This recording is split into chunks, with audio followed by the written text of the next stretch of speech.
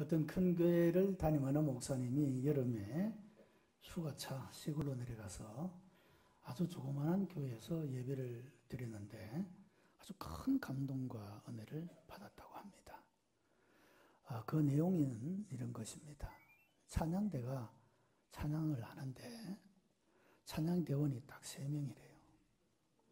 3명이 찬양을 하는데 얼마나 마음을 다하고 정성을 다해서 그렇게 찬양을 드리는지 그 모습만 봐도 너무너무 감동이 되고 은혜가 되더라. 그런 얘기를 들어본 적이 있습니다.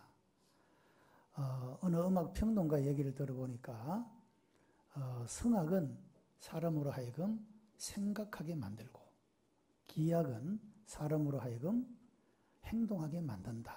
그런 평론이 있더라고요. 그러니까 우리가 찬양을 이렇게 하는 것을 들으면 하나님의 은혜를 깊이 생각하는 그런 하나님의 은혜가 내 마음 깊숙한 곳에까지 자리하게 되는 우리 그런 은혜를 경험하게 되는 것이고요. 또 뭐 이렇게 기약이 함께 할 수도 있잖아요. 그것은 우리가 그 들은 말씀을 하나님이 받은 은혜를 우리의 구체적인 생활 속에서 실천하는 것, 순종하고 행동하는 그런 것으로 나아가게 한다. 그래서 이 성악과 기약이 잘 어울리는 것처럼 우리 성도들이 말씀을 잘 듣고 그 들은 말씀을 내 생활 속에서 순종하고 실천하는 이런 삶이 참 귀하다. 그런 삶 자체가 우리들에게 감동을 준다. 그렇게 말할 수가 있겠습니다. 저희 교회도 우리 찬양대가 찬양이 끝이 나면 다 뜨겁게 박수를 쳐요. 보니까 여기 한 3사람 좀 안 치시는데 여러분 무엇이든지 교회 안에서 할 때는 다 같이 하는 게 좋아요. 옆 사람이 치면 내가 뜻을 혹 잘 몰라도 같이 치는 게 좋아요. 쳐놓고 보는 거죠. 자, 여러분 찬양대가 찬양을 하고 나서 박수 치는 것은요. 찬양대가 뭘 잘했다고 치는 게 아니에요. 첫째는 하나님께 같이 영광을 돌리는 거예요. 찬양 자체가 하나님 존재, 하나님의 속성, 그리고 하나님이 행하신 일, 이것을 경배와 찬양으로 그렇게 표현을 하잖아요. 경배라는 것이 무엇이냐 하면 하나님의 존재, 하나님의 속성, 예를 들어서 하나님은 사랑이시다, 하나님은 인자하시다, 하나님은 전능하시다. 여러분 이런 하나님의 속성에 대해서 우리가 하나님께 찬송을 올려드리는 것을 경배라고 해요.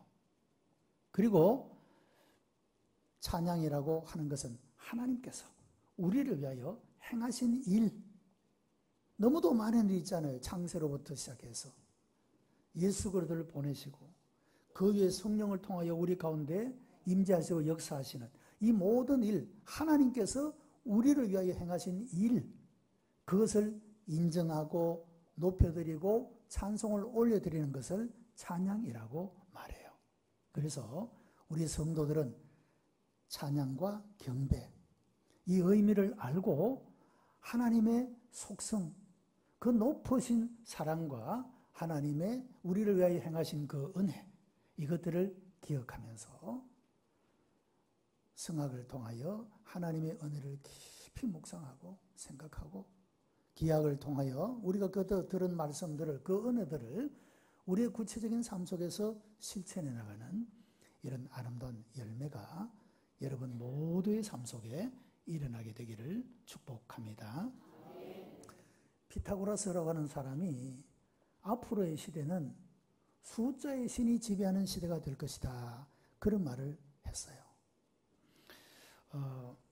여러분 목사님들이 강단에서 이 정치에 대한 이야기를 하는 것이 굉장히 조심스러워요.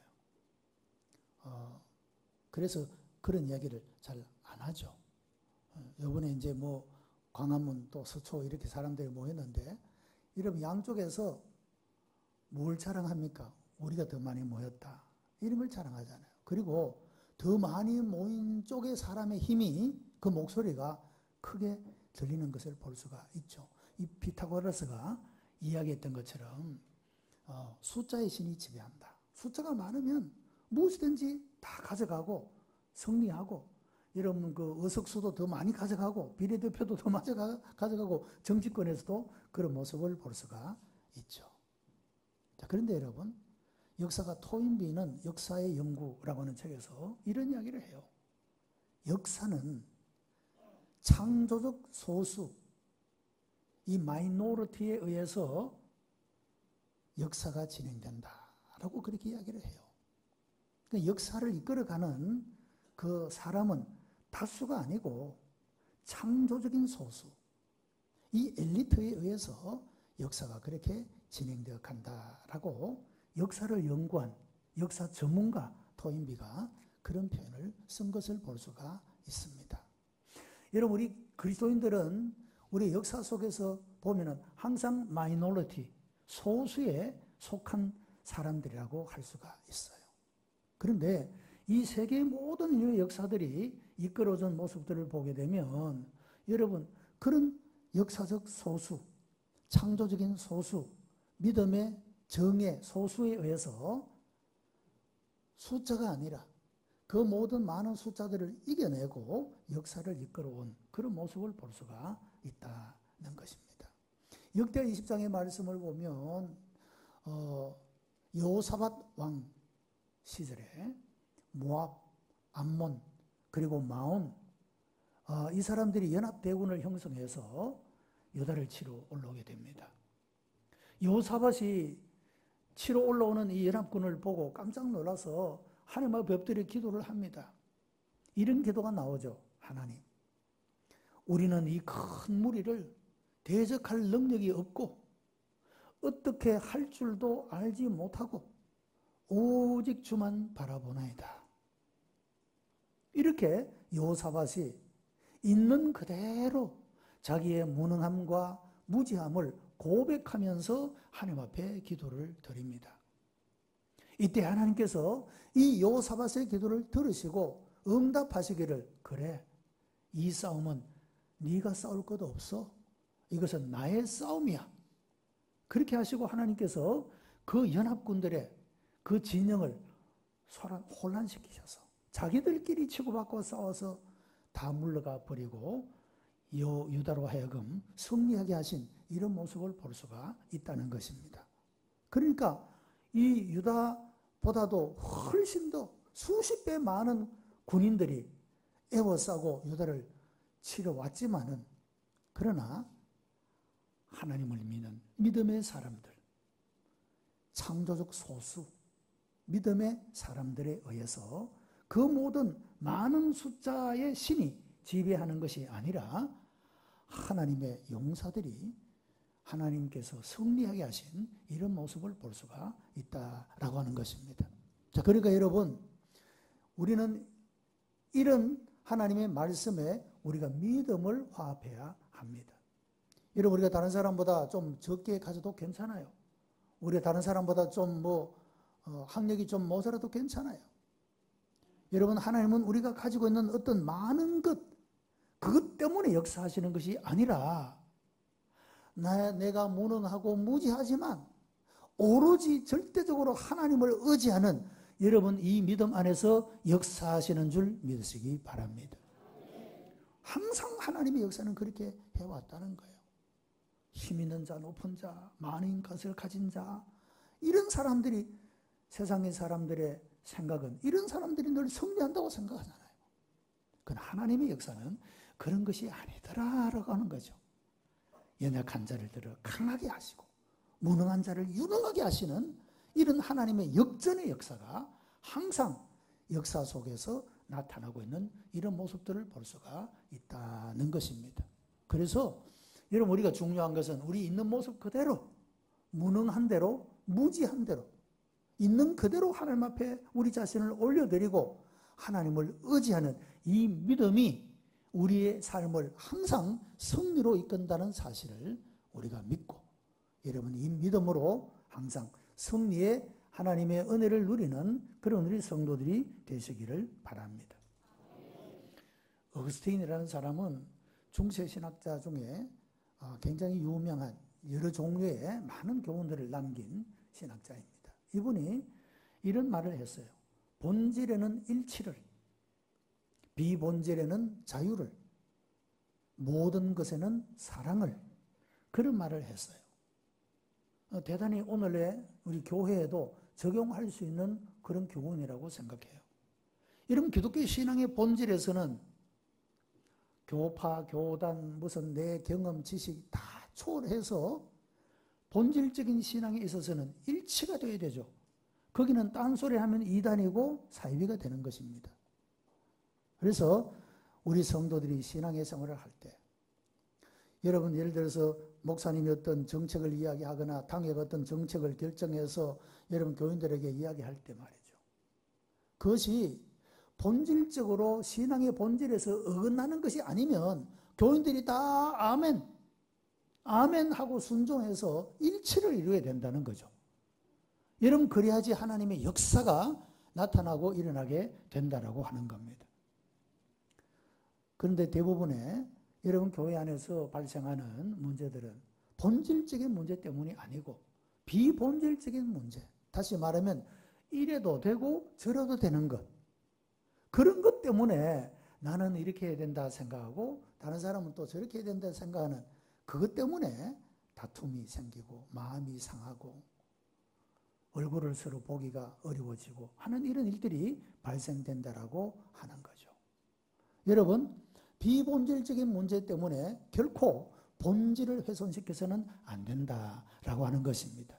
우리 송나 지역에 이번 부흥성회를 통해서 모든 교회들은 여러분 신앙의 본질 안에서 하나가 되시기를 축복합니다.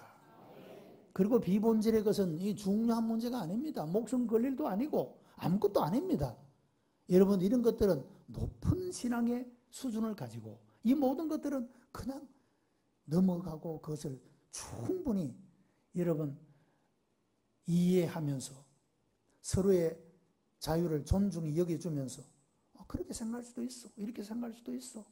그러나 목사님이 결정하거나 당회가 결정하거나 그런 어떤 회의를 통해서 결정된 일은 내가 혹 다른 의견을 내었더라도 마음을 같이 해주고 같이 따라가는 것, 여러분 이것이 멋진 교회의 모습인 것입니다. 우리 송나지역 9개 교회는 이런 멋진 교회들로 새롭게 되어지기를 바랍니다. 다시는 아무것도 안 한 일들 때문에 그런 것 때문에 속상해하거나 그것 때문에 괜히 얼굴을 붉히거나 하는 이런 일은 여러분 갓난 아이와 같은 그런 신앙의 모습이다 라고 하는 것입니다. 자, 오늘 본문의 말씀은요, 사사시대에 일어났던 새로운 시대가 시작되면서 일어났던 하나의 비극을 이야기해 주고 있습니다. 가장 큰 비극은 이런 것입니다. 오늘 본문이 이렇게 말하죠. 그 세대의 사람도 다 그 열조에게로 돌아갔고 그 후에 일어난 다른 세대는 여호와를 알지 못하며 여호와께서 이스라엘을 위하여 행하신 일도 알지 못하였더라. 자, 여러분 여호수아와 그와 함께 사역했던 장로들이 살아있는 동안에는, 다시 말하면 여호수아와 함께 했던 장로들이라는 말은 여호와 하나님께서 여호수아를 통하여 그 시대의 사람들에게 하나님께서 그 백성들을 위하여 행하신 그 놀라운 기적들, 은혜들, 하나님의 권능의 역사들, 이것을 본 사람들이라고 하는 뜻이죠. 여호수아와 생존했던 장로들이 죽고 나서 그 후에 일어난 세대는 여호와도 알지 못했고 여호와께서 행하신 일도 알지 못하였다, 그렇게 말합니다. 여러분 이것이 새로운 세대가 가지고 있는 큰 비극이다, 그런 말이죠. 어제도 말씀을 드렸습니다만 이런 교회가 뭐 70년의 역사, 110년의 역사, 이런 귀한 역사들을 가지고 있잖아요. 여러분 교회가 처음 시작할 때부터 오늘에 이르기까지 하나님께서 그 개개인에게 그리고 그의 믿음의 가정들에게 그리고 이 교회 공동체 가운데 하나님이 임재하시고 역사하신 은혜가 얼마나 많습니까? 헤아릴 수 없이 많죠. 그런데 다음에 일어난 세대가 하나님께서 이 교훈이 있습니다. 그래서 이것들은, 이런 소중한 가치들은 부모가 그 자녀 세대, 다음 세대에게 교육적인 방법으로 가르쳐주지 않으면, 여러분 손자, 손녀를 할머니 무릎에 앉혀놓고 여러분 가르치는 이런 것이 없이는 배울 기회가 없어지게 된다라고 하는 것입니다. 저는 5대 신앙의 가정입니다. 저희 집안에서는 제가 1호 목사입니다만, 장로님들은 수도 없이 많습니다. 그런데 목사로서는 제가 1호인데요. 제가 어릴 때 한 2~3살쯤 된 것 같아요. 할머니가 저를 무릎에 이렇게 다 앉혀놓고 불러주신 찬송이 아직도 생각나요. 옛날에 찬송가 222장이었어요. 구주 예수 그리스도 다시 세상 오실 때 숨 이렇게 막 차가면서, 그래야 손자를 이렇게 무릎에 앉혀놓고 아마 잠자오는 것 같아요. 토닥토닥 두드리면서. 근데 그 할머니의 그 목소리가 아직도 귀에 쟁쟁한 거예요. 여러분, 이렇게 기성의 세대가, 부모의 세대가 다음의 세대를 위해서 기도하고 다음의 세대를 바른 길로, 바른 신앙으로 살아갈 수 있도록 여러분 교육하는 일은 너무너무 중요한데, 요즘에는 가정에서의 신앙 교육이 거의 사라지고 있지 않습니까? 가정 예배도 거의 무시가 되고 있는 이런 모습을 볼 수가 있다라고 하는 거죠. 아이들이 어디서 배우겠어요? 어디서 올바른 그런 교육을 배울 수가 있겠느냐 하는 거죠. 이런 교회가 모든 가정의 자녀들을 담당하기에는 역부족입니다. 일주일에 1시간 정도 교회 학교에 와서 배우는 그것으로는 여러분 아이들이 신앙으로 자기 자신들을 세워나가기가 너무 어렵다 이 말씀이죠. 가정의 역할이 참 중요하다. 여러분 지금 우리 어르신들은 말이죠. 이런 거 우리 대한민국의 아픈 역사 속에서 여러분 얼마나 고생도 많이 하시고 정말로 나라 민족을 위해서 모든 것을 그냥 아낌없이 바치는 그런 세대 아니었습니까? 이렇게 우리가 지켜온 이 나라의 민족인데 6.25를 경험하지 못해서, 공산주의를 경험하지 못해서 그것이 뭔지도 모르고 추종하고 따라가는 이런 세대들도 있고 하는 모습을 보면 참 안타깝다. 그리고 우리가 좀 더 정신을 차려서 우리가 이런 일들을 감당해야 되겠다, 그런 생각을 하게 됩니다. 이런 영국의 옥스퍼드 대학의 대표적인 진화생물학자인 리처드 도킨스라고 하는 교수가 있습니다. 이 사람은 영국 전역을 운행하는 800대의 광역버스에다가 무실론에 대한 광고를 실었습니다. 거기에는 이런 글이 쓰여 있습니다. 영국이니까 영어를 사용하죠. There is probably no God. Stop worrying and enjoy your life. 그렇게 그런 글귀입니다. 해석하면 이런 것입니다. 아마도 신은 없을 거야. 그러니까 인생을 마음 놓고 즐겨. 그런 내용입니다. 자, 여러분, 당장 우리가 모순을 발견할 수가 있습니다. 자, 하나님이 계신다면은 하나님이 두렵잖아요. 하나님이 심판이 무섭잖아요. 그러니까 사람들에게 무엇으로 안심시킵니까? 하나님 없을 거야. 아마도 없을 거야. 아마도 이게 중요합니다. 없기를 바라는 마음이죠. 여러분, 사람이 양심으로는 하나님이 계시다는 걸 알아요.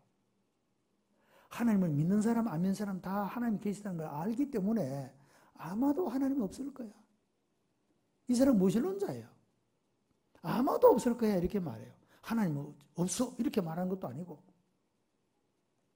그러니까 하나님 없을 것이니까 인생을 네 하고 싶은 대로 하고 살고 싶은 대로 살고 인생을 즐기라고 그렇게 말하고 있다는 거죠. 자, 그런데 여러분, 만약에 하나님이 계셔서 우리가 마음대로 사는 그 삶을 들여다보시고 심판하신다면 누가 책임집니까? 책임지지를 못해요. 내가 아마도 그랬지, 내가 뭐 절대 없다고 하더나, 이렇게 변명해버리고 거짓말하면, 이건 뭐, 그냥 자기만 바보가 되는 거죠. 조금 이따가 무신론에 대해서 또 말씀을 드릴 건데요. 어쨌든 이 사사기 2장에 나오는 여러분 이 세대는 여호와를 알지 못했다는 게 큰 비극이었고, 여호와 하나님께서 이 민족을 향하여 이 세대를 향하여 행하셨던 일을 알지 못했다는 것이 아주 큰 비극이었다라고 하는 것입니다. 그들은 이스라엘의 역사에서 하나님이 그들 가운데 행하신 역사의 모든 교훈들을 망각해버리고 말았다라고 하는 것입니다. 자, 여러분 이스라엘 백성들이 하나님께 순종하면 복을 받고 하나님께 불순종하면 재앙을 당하고, 이것이 광야에서의 교훈이고 가나안 땅을 정복한 이후의 교훈 아닙니까? 이스라엘 백성들이 광야에서 얼마나 많이 하나님께 불평하고 불순종하고 원망하다가 여러분 하나님의 심판을 받은 일이 얼마나 많습니까? 끝없이 이런 일들이 반복됨에도 불구하고 이스라엘 백성들은 역사의 교훈을 배우지 못했기 때문에, 그래서 여전히 또 불순종하고 불평하고 원망하다가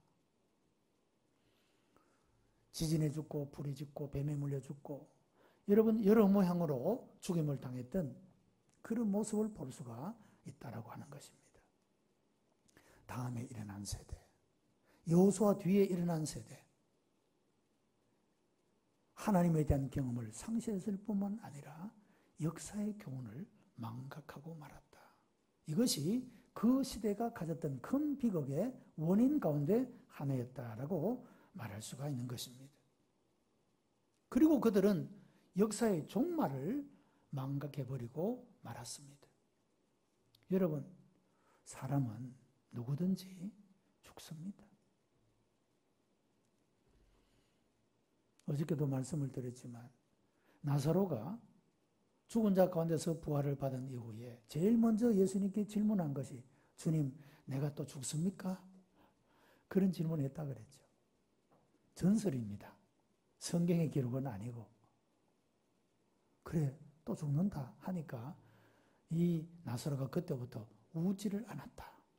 전설의 이야기입니다.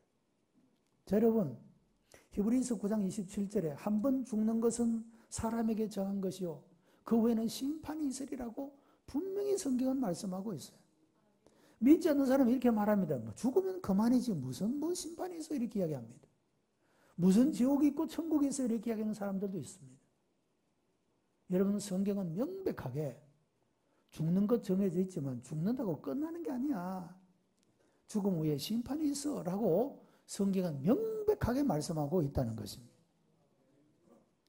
여러분, 사람은 육체적으로 죽고 영적으로 죽는 두 번의 죽음을 맞이할 수가 있습니다.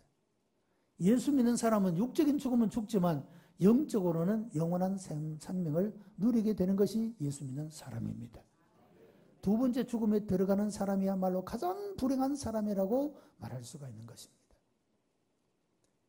하나님을 알지 못하고 하나님이 행하신 일을 경험하지 못했던 여호수아 후에 일어난 세대는 이런 역사의 종말에 교훈을 상실해버리고 말았다. 그렇게 말합니다. 21세기 교회를 붙잡아라고 하는 조지 바너의 글 속에 표지에 이런 글이 쓸려 있어요. 펄펄 끓는 솥에 개구리를 던져 넣으면 곧바로 뛰쳐나온다. 그런데 그냥 솥에다가 물을 붓고 불을 서서히, 열을 서서히 가하면 개구리는 그 속에서 그냥 평화롭게 헤엄을 치다가 그 살이 되어서 그 온몸이 부스러질 때까지 감지하지를 못한다. 그렇게 이야기를 해요. 자, 여러분, 우리 사는 시대가, 시대의 변화라고 하는 것이 그렇게 가고 있지 않아요. 조금씩 변해 가지고 우리가 불과 한 세기 전만 생각해도 이건 엄청나게 달라졌잖아요. 이런 교회도 처음에는 피아노 이거 못 쳤어요, 교회 안에. 뭐 신디, 요즘 뭐 기타, 뭐 드럼 이런 한 교들도 많이 있잖아요. 왜 교회에서 뭐 이런 거 처음에 그랬다고요. 어제 교회 형태가 쭉 변해온 것처럼 교회 신앙의 생활의 여러 가지 모습들이 여러분 시대나 문화를 따라서 점점 이렇게 변해가죠. 근데 이런 것들은 본질의 문제가 아니에요. 시편 50편의 말씀을 보면 모든 악기를 동원해서 하나님을 찬양하라고 말하고 있잖아요. 우리의 호흡을 다하여 하나님을 찬양하라고 말하고 있잖아요. 좋은 현상이에요. 모든 악기들이 동원되어서 예배 시간에 나팔도 불고 뭐 이렇게 기악도 하고 성악도 하고 뭐 현악도 하고 하는 게 참 성경에서 말하고 있는 거죠. 여러분, 하나님은 모든 만물의 주인이시고 모든 것들은 하나님의 것이기 때문에 여러분, 우리는 모든 삶의 영역에서 하나님의 주권을 인정하고 높여드릴 수 있어야 하는 것입니다. 우리가 시대가 어떻게 바뀌어서 가고 있는가? 우리 시대는 그럭저럭 그래도 신앙을 지켜내고 살았지만 다음의 세대가 과연 하나님을 절대적으로 믿고 하나님이 임재와 그 역사의 은혜를 경험하고 그렇게 든든히 서 있을 수 있을까? 여러분, 우리가 이런 것들을 함께 질문을 던지고 고민하면서 기도하면서 우리가 여러분 정신을 차리고 깨어 있어야 다음의 세대를 지켜낼 수가 있다 이 말입니다. 우리의 자녀들이 하나님을 모른 채 전국적으로 여러분 지옥의 멸망을 당하는 그런 모습을 상상한다면 어찌 여러분 우리가 그냥 가만히 있을 수가 있겠느냐 하는 거죠. 하나님은 이런 세대의 치유책을 말씀하십니다. 2장 앞서 있는 4절 5절의 말씀을 보면 여호와 하나님께서 이 백성들을 복임으로 인도하셨다 하는 말씀이 나와요. 복임. 이 말의 뜻은 우는 자 그런 뜻입니다. 하나님이 이 이스라엘 백성들을 하나님도 알지 못하고 하나님께서 행하신 일들도 알지 못하는 이 세대를 위하여 지금의 이 세대가 하나님 앞에 눈물 흘리고 피를 토하며 하나님 앞에 나아갈 수 있도록 그 온 백성들을 복임으로 인도하셨다. 그렇게 말합니다. 성도 여러분, 지금은 신앙적으로 보면 영적으로 보면 위기, 아주 큰 위기의 순간입니다. 미래학자가 오늘의 이 시대의 교회가 이런 사회의 변화를 읽어내지 못하고 그냥 세상이 흘러가는 대로 따라가다 보니 지금 죽는 줄도 모르고 그 몸이 다 익혀져서 으스러지는 줄도 모르고 변화를 감지해내지 못하고 그냥 세상을 따라간다. 그런 이야기입니다. 여러분, 우리는 정신을 차리고 깨어서 기도해야 합니다. 우리 자신의 신앙을 지키기 위해서뿐만 아니고 우리의 다음의 세대, 우리의 자녀, 우리의 후손들을 위하여 우리가 지금 깨어나야 한다는 것이죠. 여러분, 경험이 없어 모르는 사람들을 비난하거나 정죄하는 것은 아무런 의미가 없어요. 저희 어머니가 저희 집에 7형제인데 목사가 셋이 됐습니다. 우리 목사님 보니까 또 제 동생하고 또 계명대학교에서 같이 공부를 하셨다 이런 말씀하시던데 저 어머니가요 어떤 때 새벽에 이렇게 깨면은 어머니가 아이들 그 머리맡에 무릎을 다 꿇고 그 눈물을 그 아이를 위해서 눈물을 톡톡 흘려요. 그 아이가 우리 밑에 동생 목사인데 엄마가 기도하면서 자기를 위해서 기도하면서 눈물을 자기 얼굴에 막 떨어뜨리니까 그것 때문에 눈은 깼는데도 차마 눈도 뜨지 못하고 그냥 자기도 그냥 울고 있었다는 거예요. 여러분, 오늘의 우리들은 이런 우리의 어머니의 세대, 아버지의 세대에 그런 뜨거운 기도, 자녀를 위해서 흘리는 그 눈물의 기도, 이것 때문에 우리가 서 있는 겁니다, 여러분. 오늘의 우리나라가 우리 앞선 세대의 선배님들이 이 나라와 민족을 위해서 눈물을 흘리고 피를 흘렸기 때문에 오늘 우리가 있는 겁니다. 지금은 이제 우리가 지켜내야 합니다, 여러분. 이 나라가 얼마나 큰 위기 가운데 있는지 모릅니다. 저도 정치 얘기를 잘 안 합니다. 설교에 거의 안 합니다. 그 요즘에는 마음이 굉장히 답답합니다. 여러분 뭐 대통령을 지지한 사람도 있고 반대한 사람도 있고 그럴 겁니다. 저는 소위 좌우 진영 논리에 의해서가 아니고 성경적 입장에서, 신앙적 입장에서. 여러분 대통령이 낮은 연방제를 하겠다고 대통령 취임사에서 말했습니다. 이것은 공산주의를 하겠다는 이야기입니다. 여러분 그리스도인은 공산주의를 무조건 반대하고 싫어합니다. 왜 그렇습니까? 하나님이 없기 때문에 그렇습니다. 여러분 북한을 생각해 보세요. 종교의 자유가 있습니까? 종교의 자유가 없습니다. 성경책만 가져도 감옥행입니다. 그 집안 전체가 성경책만 하나 가지고 있어도 그 집안 전체가 다 망하게 됩니다. 여러분 마음 놓고 말할 수 있는 자유가 있습니까? 어제도 뭐 남북 그 월드컵 예선 축구가 열렸다는데 깜깜이 축구라고 말하잖아요.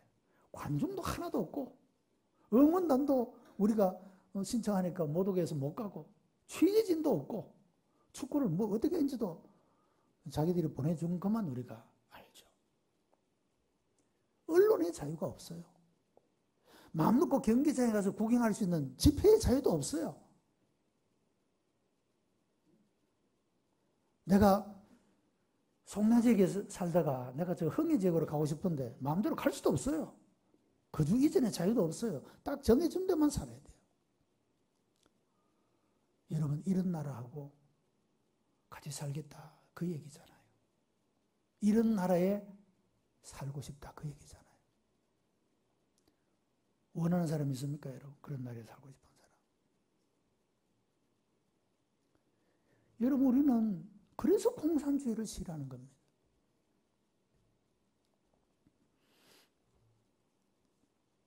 토마스 아퀴나스는 사도행전 3장 6절을 인용하면서 초대교회는 은과 금은 없었어도 예수 그리스도의 이름의 능력은 있었다. 그런데 지금은 중세시대에 얼마나 돈이 많았습니까? 지금은 은과 금은 풍부한데 예수 그리스도의 이름의 능력은 잃어버렸다. 그렇게 말했습니다. 여러분 우리가 깨어나야 합니다. 예수 그리스도의 이름의 능력, 이것은 금, 은보다도 우리의 모든 물질의 소유보다도 우선적이고 중요한 것입니다. 예수 그리스도의 이름의 능력을 잃어버리면 아무것도 아닌 것입니다. 디모데전서 3장 5절 경건의 모양은 있지만 경건의 능력을 부인하는 자들에게서 돌아서라. 경건의 모양이 무엇입니까? 열심히 예배에 잘 나옵니다. 기도 생활도 합니다. 봉사도 하고 헌신도 합니다. 모양은 있습니다. 그런데 능력이 없다. 다시 말하면 실천적인 신앙의 삶의 모습이 없다. 그런 이야기입니다. 제가 반복해서 드린 말씀드리죠. 어제도 그 말씀을 드렸죠. 우리는 실천적인 신앙인이 되어야 한다라고 하는 거죠. 여러분, 경건의 모양은 가지고 있지만 경건의 능력을 부인하는 사람을 가리켜 실천적인 무신론자다. 이렇게 이야기를 합니다. 실천적인 무신론자. 시편 14편 1절에 어리석은 자는 그 마음에 이르기를 하나님이 없다 하는도다. 이런 무신론 자는 성경이 어리석은 자라고 말하고 있습니다. 무신론의 죄가 무엇입니까? 양심을 거스르는 죄입니다. 다시 말하면 양심을 파괴하는 죄다. 그런 말이죠. 이런 무신론자는 양심적이지 않습니다. 양심의 가치를 존중히 여기지 않습니다. 양심 같은 거 왜 지켜야 해? 필요 없어? 그런 삶의 태도를 가지고 있다는 거죠. 여러분, 우리가 하나님의 구원을 이야기할 때 율법이 선포되기 전, 하나님의 복음이 선포되기 전 이방인들에게 하나님 어떤 심판이 임할까? 복음도 전해지지 않았는데 안 믿었다고 하면은 그거 좀 불공평하지 않느냐? 로마서 1장 20절에 하나님께서 만드신 만물에 하나님의 능력과 신성이 분명히 보여 알게 되나니 그러므로 저희가 핑계하지 못할지니라. 사람의 양심에 하나님의 능력과 신성이 하나님이 만드신 모든 만물에 분명히 보여서 알게 된다는 거예요. 양심이 알게 된다는 거예요. 그런데 무신론자들은 양심을 거스르는 겁니다. 양심이 소리를 치고 하나님이 계셔 라고 말하고 있지만 양심을 파괴시키고 거스른다. 그런 죄악을 지고 있다는 거죠. 또 무신론자들은 자기 자신의 죄를 합리화시키며 살아간다라고 하는 것입니다. 여러분, 무신론자의 원조 역학을 한 사람이 철학자는 포에르바흐라고 하는 사람이고 심리학자는 프로이드라고 하는 사람입니다. 이 사람은 똑같이 심리학자고 철학자이면서도 같은 논구를 이야기했는데요. 기독교에서 이야기하는 신은 만들어진 신이라고 하는 것. 만들어진 신. 왜 만들었느냐? 하나님에 대한 두려움 때문에. 사람이 죄를 지으면 죄에 대한 형벌을 누구나 다 두려워합니다. 그런데 왜 사람들이 무신론을 주장하느냐? 하나님이 없어야 자기의 죄에 대한 심판을 할 사람이 없으니까. 그래서 무신론이라는 이론을 만들고 그 속으로 숨어버린다는 겁니다. 그러면 유신론자, 하나님은 왜 만들었느냐? 하나님이 있었으면 좋겠다. 영어로 표현하면 wishful thinking, 희망상. 하나님이 있어야 내 답답할 때 나 도울 수 있고 내가 어려울 때 날 건져낼 수 있고 그러니 하나님이 계셨으면 좋겠다. 이런 생각에서 신을 만들었다. 이렇게 이야기를 해요.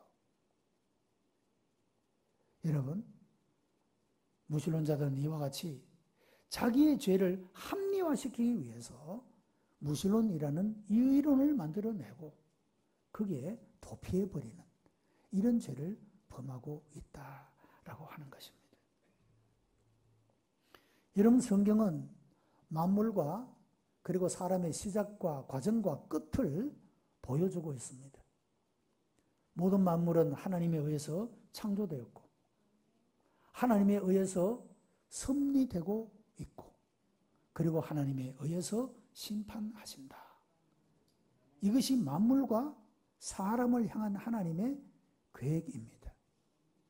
여러분, 우리가 태어난 것은 하나님이 우리 인생을 시작하셨습니다. 부정모혈로 생겨난 그 과정이 하나님이 계획하시고 하나님이 나로 하여금 오게 하셨기 때문에 출생하게 된 것입니다. 그리고 오늘 우리가 여기 이르기까지 이 모든 인생의 과정들 가운데 하나님이 섭리가 있다 그 말씀이에요. 그리고 하나님은 개인의 삶이나 인류의 역사나 이것을 언제까지나 두고 있는 것이 아니라 하나님의 때에 그때 하나님이 모든 것들을 말과 행위를 심판하신다고 말씀하고 있는 것입니다. 성경이 가르쳐주는 것이 그것입니다. 그래서 하나님이 우리를 구원하시려고 독생자 예수 그리스도를 보내신 것입니다. 누구든지 저를 믿으면 멸망치 않고 영생을 얻게 하시겠다고 약속하고 있는 것입니다. 여러분, 시대가 바뀌고 두 번째, 성자 예수 그리스도를 생각하며 성자적 영성은 무엇이냐? 예수 그리스도를 배우고 따라가고 닮아가는 것. 하나님 나라를 지향하는 우리 성도들은 우리의 삶 속에서 예수님을 배우고 본받고 따라가는, 닮아가는 이런 삶을 살아가는 것이 신앙의 영성이라고 하는 거죠. 그런데 우리는 결심도 약하고 실천력도 약하고 부족합니다. 그래서 세 번째 영성이 뭐냐? 성령의 능력. 성령의 능력을 힘입을 때 우리는 하나님이 기대하시는 하나님 마음에 합한 사람으로 응답하는 영성을 가진 자로 살아갈 수가 있다는 것입니다. 이런 복음서에 나오는 제자들과 사도행전에 나오는 제자들의 모습은 아주 다릅니다. 복음서에 나오는 제자들의 모습이 어떠했습니까? 비겁합니다. 그리고 여전히 세속적입니다. 자리 찾아오고 싶어하고 높은 데 올라가기 원하고 사람들에게 권세 부리기를 좋아하고 사람들에게 칭찬받기를 원하고 그것이 복음서의 제자의 모습이에요. 예수님을 따랐던 제자들도 그랬다는 것이죠. 그런데 사도행전에 오면 달라집니다. 베드로도 주님처럼 십자가에 못 박힐 수 없어서 거꾸로 십자가에 못 박혔다. 그런 얘기가 있죠. 그렇게 자기의 목숨을 아까워했던, 그래서 주님을 3번씩이나 저주하며 맹세하면서까지 모른다고 했던 베드로가 주를 위하여, 복음을 위하여 자기의 목숨을 십자가에 내놓을 수가 있었다 이 말이죠. 그들이 밖에가 두려워서 안으로 문을 잠그고 있는 그곳에 부활하신 주님께서 찾아오시고 마가의 다락방에서 그들이 성령의 임재와 능력을 경험한 이후에 그들은 두려웠던 그 모든 마음들을 박차고 문을 열고 뛰쳐나가서 너희가 십자가에 못 박은 그 예수가 하나님이 보내신 구원자라고 메시아라고 선포할 수 있었던 그 능력이 어디로부터 온 것이냐? 바로 성령의 임재와 능력으로 말미암아 그들의 삶이 이렇게 몰라보게 달라질 수가 있었다고 하는 것입니다. 복음서의 제자와 사도행전의 제자의 모습의 가장 중요한 차이점은 그들 가운데 성령이 임했다고 하는 것입니다. 여러분, 우리가 이런 성령의 능력을 힘입어야 우리가 그야말로 실천적인 신앙인으로 살아갈 수가 있고, 하나님이 다윗을 향하여 내 마음에 합한 사람이라 했던 것처럼 우리가 이 시대 속에 많은 사람들이 주님을 믿고 따른다고 하지만 그 중에서 내 마음에 합한 자라고 인정받을 수 있는 사람으로 살아갈 수가 있다는 것입니다. 여러분, 이런 성령의 능력이 충만한 그런 성도들이 되시기를 바랍니다. 제가 이 나라 때문에 좀 마음이 불타서 잠깐만 하나 더 말씀을 드릴게요. 정교 분리에 대해서 좀 생각 있는 사람들은 논쟁이 많습니다. 정교 분리는요, 그 첫 번째 원칙이 미국의 3대 대통령인 토마스 제퍼슨이 주장했습니다. 이 정교 분리, 그러니까 정치와 종교는 분리되어야 된다 하는 것에 가장 핵심이 뭐냐면 정치는 절대로 종교의 영역에 간섭해서는 안 된다. 이것이 정교 분리의 대원칙입니다. 자, 여러분, 정치는 종교의 영역에 절대 간섭해서는 안 된다 이거예요. 그러면 거꾸로 종교는 정치에 간섭해도 되는가? 종교는 정치에 간섭하지 말아야 되는가? 이건 아니다라는 거죠. 자, 여러분, 예수님은 왕, 제사장, 선지자 3대 직분을 가졌다고 그랬죠. 오늘날의 교회는 왕 같은 제사장이라고 말하고 있죠. 교회를 가리켜. 우리도 예수 그리스도처럼 왕, 제사장, 선지자적 사명을 가진 교회라고 하는 거죠.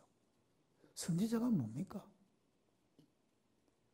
백성들이 하나님을 거역하고 불순종할 때 하나님의 말씀으로 그들을 책망하고 그들을 진리 가운데로 인도하는 사람이 선지자 아닙니까? 정교 분리의 원칙을 사람들이 잘못 적용합니다. 일제시대가 그랬어요. 일제시대에 정교 분리의 원칙을 거꾸로 이용했습니다. 교회가 왜 자꾸 정치에 간섭을 해? 이렇게 거꾸로 이용을 했어요. 여러분, 박정희 시대에 군사 독재정부 시대에 그렇게 했어요. 여러분, 그때는 군화를 신은 군인들이 강대상까지 올라왔습니다. 왜 교회가 정치에 간섭을 해? 정교 분리를 원칙을 모르고 거꾸로 적용한 거죠.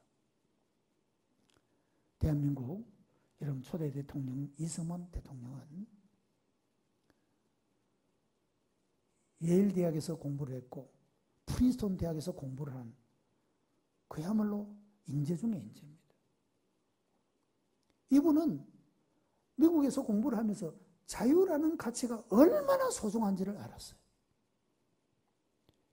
여러분, 일본 천황이 히로시마의 원자폭탄을 먹고 난 이후에 무조건 항복을 했죠. 그리고 우리나라가 독립이 됐죠.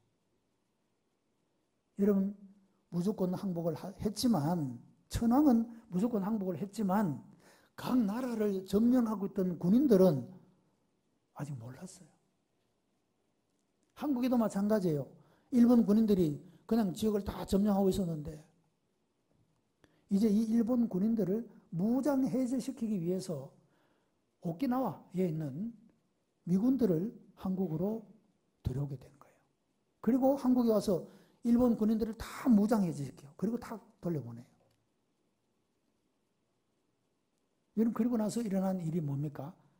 소위 신탁 통치 반대, 신탁 통치 찬성 두 그룹으로 신탁 통치 찬반 운동이 일어납니다. 박은영을 중심으로 한 남한 공산당은 신탁 통치 반대, 미군 물러가라 이거죠. 그리고 이승만을 중심으로 한 여러분이 소위 자유진영의 사람들은 신탁 통치 찬성 그렇게 했습니다. 그 당시 하지 중장이 관할을 하고 있었는데 국민들을 상대로 여론조사를 했어요.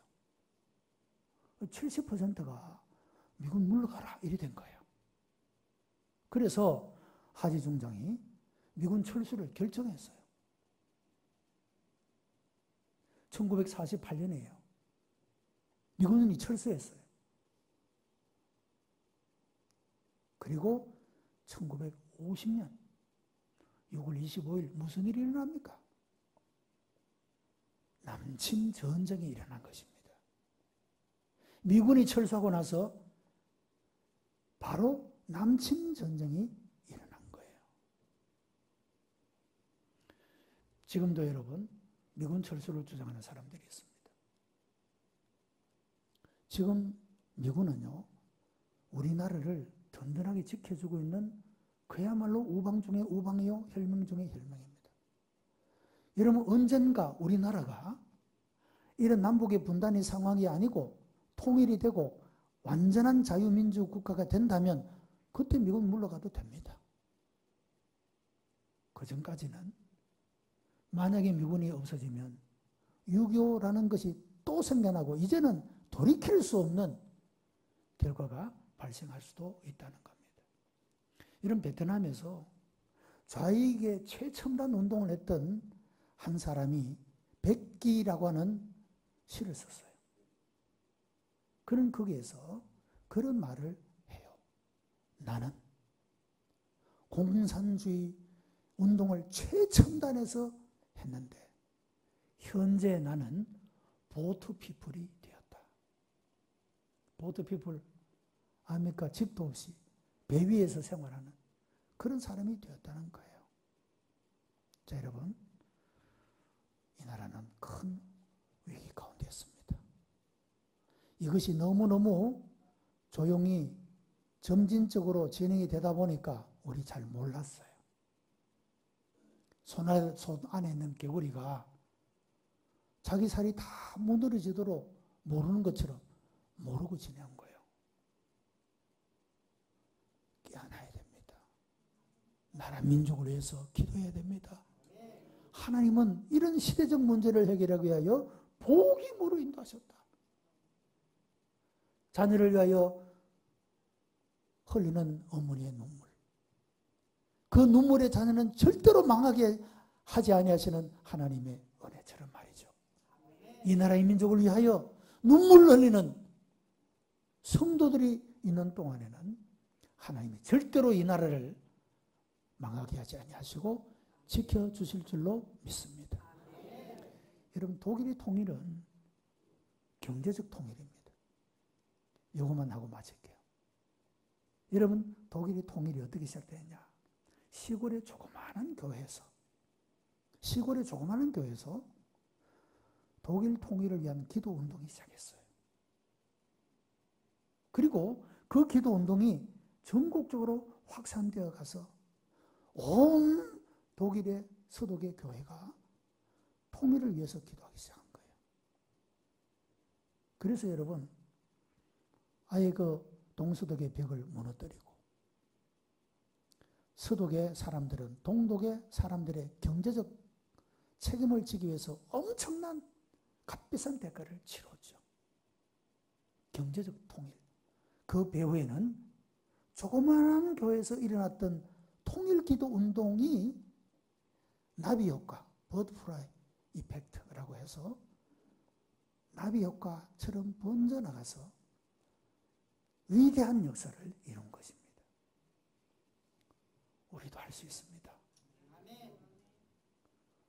성도들이 많은 숫자의 신이 지배하는 그런 역사로서가 아니라 이런 하나님의 마음을 가진 조그마한 교회에 작은 성도들이 모여서 기도한 그 기도가 불씨가 되어 하나님의 큰 역사를 이뤘다는 사실을 생각하고 오늘 이 시대 속에 송나지역 9개 교회가 이렇게 하나님 앞에 세워지고 쓰임받는 이런 귀한 은혜가 있게 되기를 바랍니다.